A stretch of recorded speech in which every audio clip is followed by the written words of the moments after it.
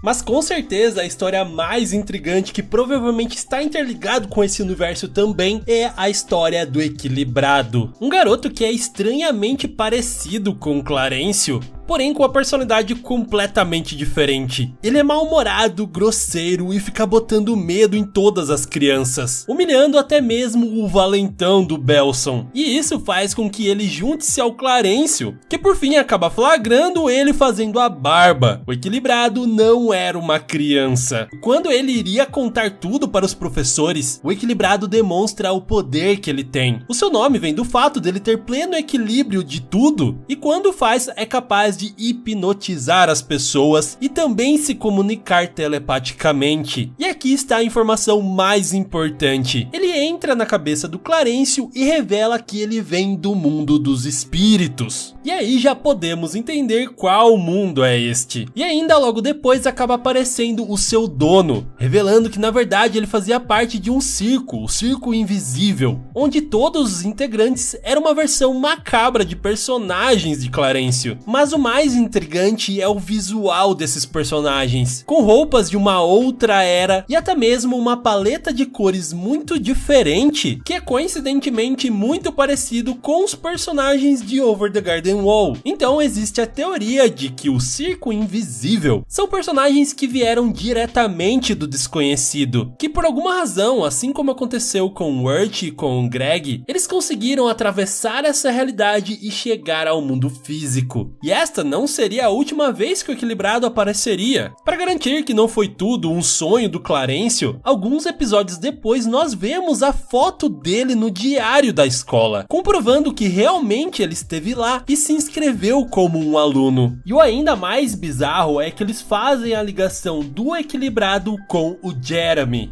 Como eu disse antes, existe uma teoria de que o Jeremy, que aparece nos sonhos do Clarencio, seria a consciência de um possível irmão gêmeo que ele teria, que morreu quando ele era criança. E no final do episódio Irmãos de Enchente, aparece o Equilibrado contando a história do que aconteceu no episódio ao lado de um berço onde estava o Jeremy. E isso acaba reforçando ainda mais a teoria e que os dois estariam no desconhecido. Perceba aqui como a paleta de cores, o cenário, ele é bem diferente do que vemos normalmente em Clarencio e se aproxima muito da estética de O Segredo Além do Jardim. O fato dele ter dito que vem de um mundo espiritual consegue acessar a mente dos outros da mesma forma que o Jeremy faz, se comunicando sempre com o Clarencio por meio dos sonhos. E isso é comprovado quando o Equilibrado entra no sonho compartilhado do Clarencio e age como um monstro raptando todo mundo.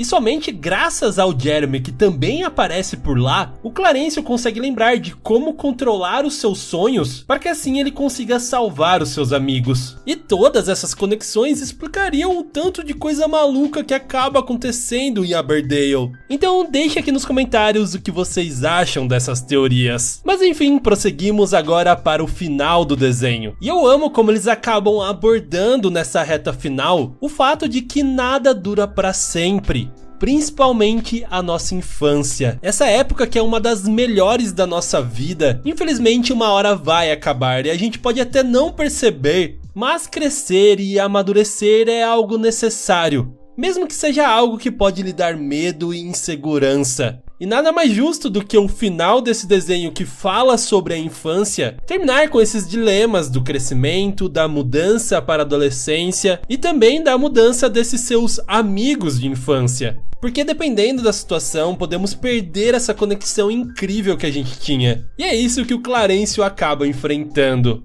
No seu aniversário de 10 anos, ele acaba ganhando a sua tão sonhada bicicleta. E desde então ele passa na casa do Sumo todos os dias para eles irem juntos à escola. Porém, logo nas primeiras semanas das aulas, a senhorita Baker acaba revelando que 3 alunos vão ser transferidos de escola, e entre eles estava o Sumo. E o Jeff, que sabe que aquela escola é mais prestigiada, diz que isso pode ser uma grande oportunidade para ele. Porém, o Clarencio fica completamente devastado. E depois de sofrer e sofrer e sofrer, o Sumo conversa com ele e promete que eles vão continuar sendo amigos, e que vai se esforçar para sempre ficarem juntos. E é exatamente isso que acontece. O Clarencio continua passando na casa dele, levando ele até a sua escola. Durante a aula eles se comunicam por walkie-talkie e também se encontram novamente depois da aula. E assim, junto com o Jeff também, eles continuam a viver as suas aventuras. E um episódio muito bom é quando começa a crescer o bigode do Gilben. Todas as crianças ficam meio em pânico, principalmente o Clarencio,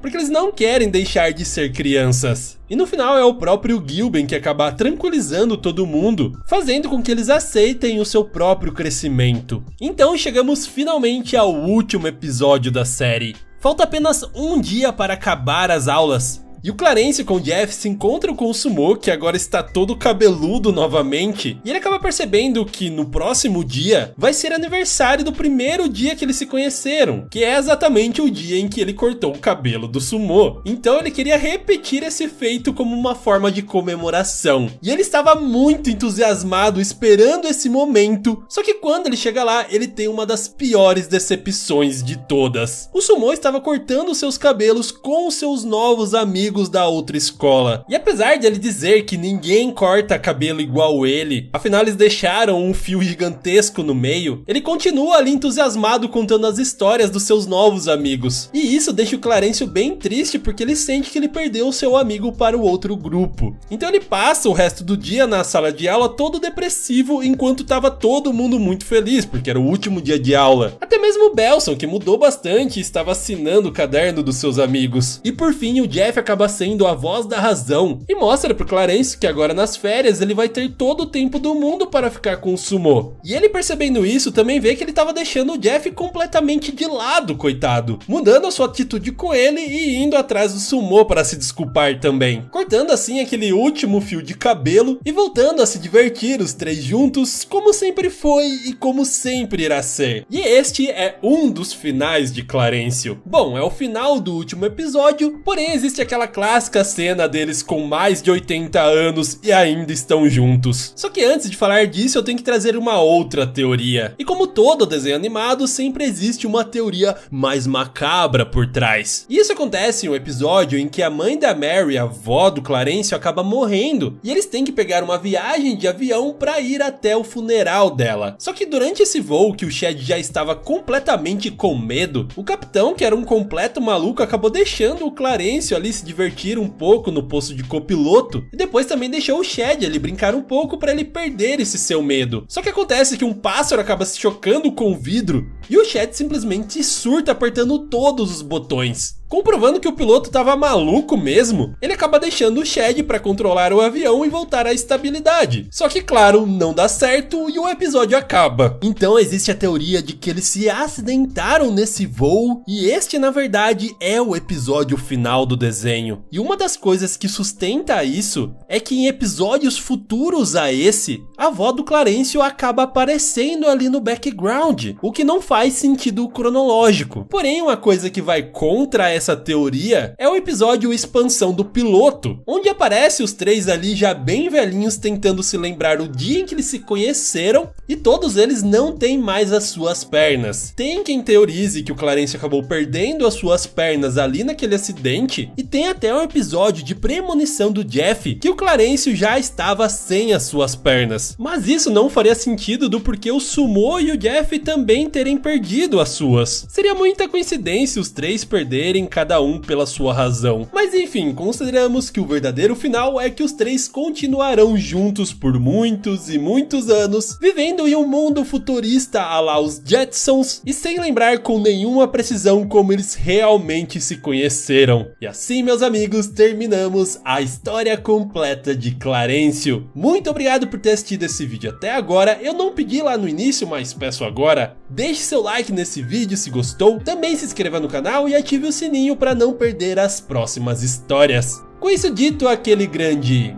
beijo no seu coração de melão e tchau!